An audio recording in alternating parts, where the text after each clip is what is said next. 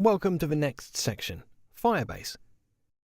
Firebase is a mobile and web application platform.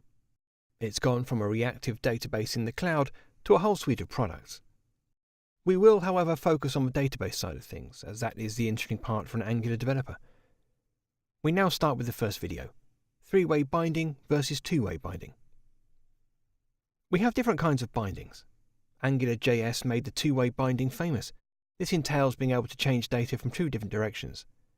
A change in the view changes data on the controller. A change on the controller reflected in the view. As for three-way binding, what do we mean? Let's illustrate this with an app. It's best described through an image. What you need to imagine here is that we've developed an application that uses Firebase. We're launching said application in two different browser windows.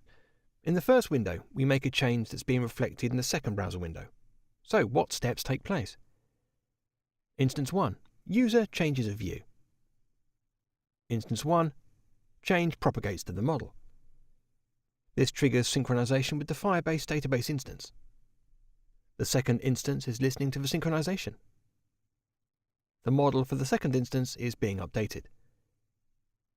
The view for the second instance is being updated. There you have it. Change in one place and see the results in two or more instances, depending on how many instances you've spawned.